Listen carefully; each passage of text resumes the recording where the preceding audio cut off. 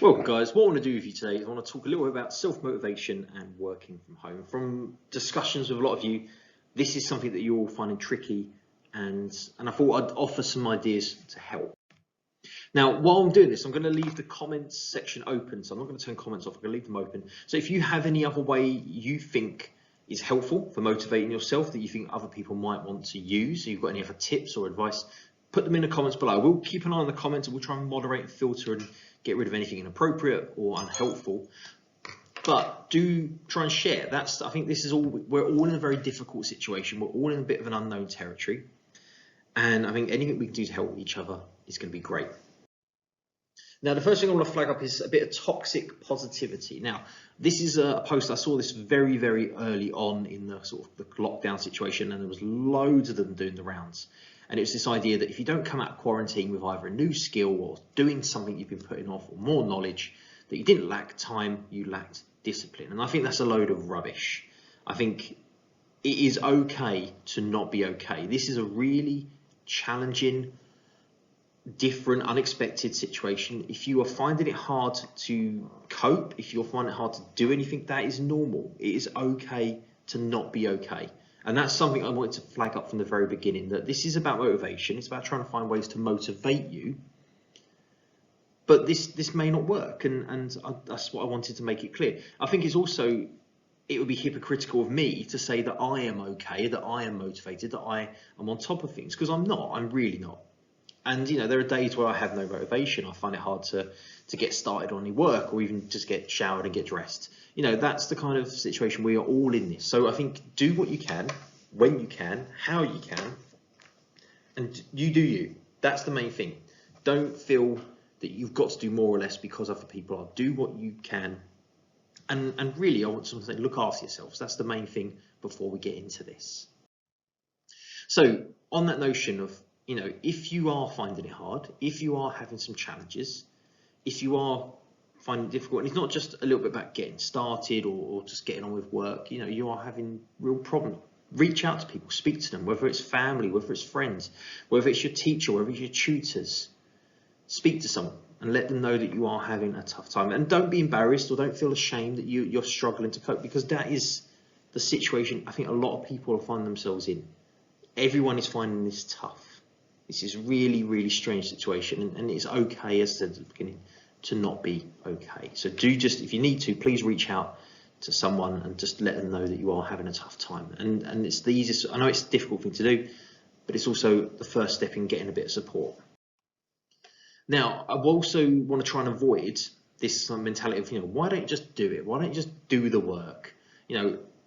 As I go through some ideas and some things about helping to be motivated or get you motivated, I'm going to kind of try and avoid coming off in this tone of, just get on with it and do it, because I know that that's not my intention. So if anything does feel a bit like that way, that's not what I'm trying to do. I know it's not a helpful statement to say to someone, oh, just do it, get on with it. But as I say, feel free to, obviously, as I said at the bottom, come up with any comments, any suggestions of ideas you think that I've missed. And as I say, I'm not trying to do this to make anyone feel bad or shame anyone or kind of make someone feel bad or that they're not motivated, but just I'm trying to help. That's really the purpose of this. So also in your criticisms, be kind. So there is this expression, and it comes from the idea that if you want something done, ask a busy person. And there's this Newton's law, I can't even pronounce it, but basically if you're in motion, you stay in motion. If you stop, you tend to stop. So the idea being that if you are busy, you are often going to find it easier to complete tasks. And part of it is the idea that, if you are in the middle of something, try and keep that momentum going. If you're doing a bit of work, try and keep going with the work. It might also be you find yourself with a lot of work to do in one go, and you start it, and then that can be a bit of a kickstart for productivity. There is this really good video by Tim Urban. It's a TED talk, and it's called Inside the Mind of a Master Procrastinator. And it's really funny, it's really good, and it's worth a watch. It does highlight some of these issues of procrastination and delaying stuff, and then that kind of panic setting in. This panic monster coming in, and then that kickstarts your drive to do work, because again, it's that panic.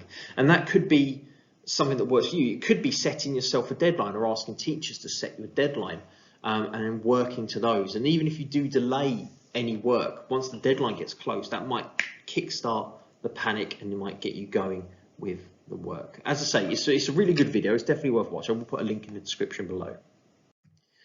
So some ideas to help with motivation. So first of these is have a routine. So get up, get ready, get dressed if you feel like it.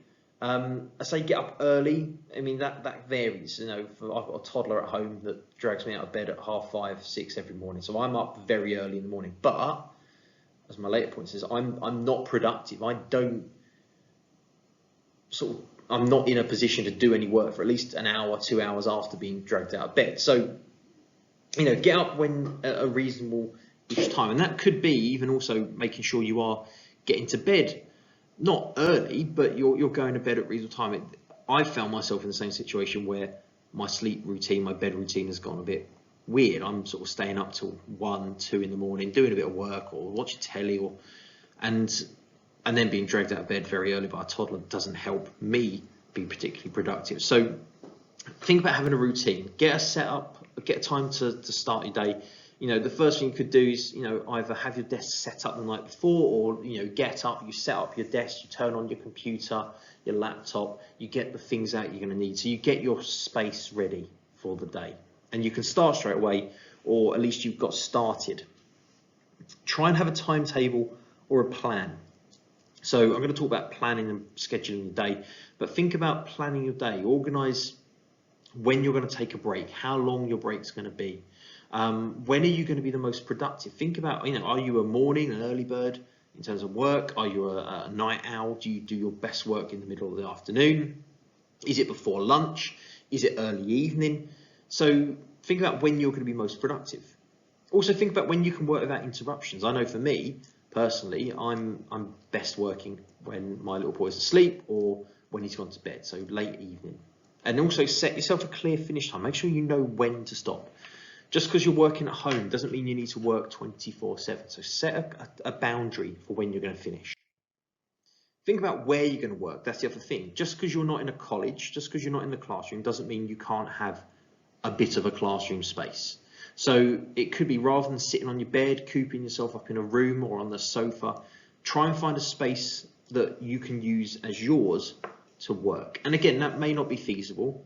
So I'm not suggesting this, everyone has to do this, but try and give yourself a little workspace, and then that kind of separates like bed and sofa as leisure spaces for you to spend your free time. You can also potentially, if you're working on a laptop, working in your room, you could try and make it a little bit harder for yourself to be drawn to social media. So this could be, on the internet using an incognito or private browser, because then that means that you're not logged into any of your social media accounts on the system. It could be putting your phone on airplane mode while you're working, so it means that you're not being interrupted by those distractions. You've not got like go onto social media, it's not automatically your password and stuff filled in or logging you in. So these could be some ways of thinking about where you're working, setting your workspace. Try to set boundaries. Now, this is more to do with the people you're at home with. So because you are at home doesn't mean you're necessarily home. You are still college students. You are still learning. You still have a college day.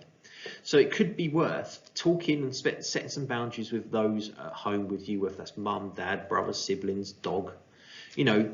Try and set a space. Tell them, I need to do this much work. I'm going to be working this time to that time. And ask if you can be not interrupted. Now, again, that's not going to work perfectly. And again, I know everyone's got their own challenges, but this could be one thing to try. Try and stay connected is the other thing that's really important. So working on your own is a difficult task. You're getting an email from your teachers, you're going onto a system, you're getting the work. But a lot of the learning comes from classroom interaction or discussions of other people or asking questions. So this can be difficult. So do speak to other people in your class, whether that's on a group chat, whether it's Snapchat, whether it's, whatever way you do. Also, try, you can speak to them, how are they getting on? Where are they with their work? Did they find this task hard too? Now, with that, be careful, because if you speak to someone and, they're 5 packs ahead of you and they've done all the work and they've been doing extra revision, that can sometimes have a negative impact. So, use it as a benchmark, maybe find out how people are getting on, but do try and stay connected to other people. And as I said, make sure you speak to your teacher, let them know how you're getting on. If you're finding something tough, talk to them. Go outside and get some exercise. So, just because you're at home and you're working, we've had a slight easing of the lockdown, so make sure you go outside, get some fresh air, go for a walk, go in the garden, get some exercise, go outside, do something that's for your benefit. That can sometimes be helpful, that, you've been out, you've had some exercise, you can feel motivated and engaged because you've done something that day. Work to music. So music is the soundtrack to your life. I know that's a really cringy thing to say, but listen to some music that matches your work level. I have found, strangely, video game soundtracks are really, really good. And actually, there's a news article or an article at the bottom of the page that links to that. The music doesn't have any lyrics. It's designed to keep you focused. It's meant to be background to set an atmosphere. And, you can choose the music can be quite good. So I've found soundtracks from Skyrim, The Witcher, the Halo soundtrack is quite intense, and that's quite good for getting you going, getting you working.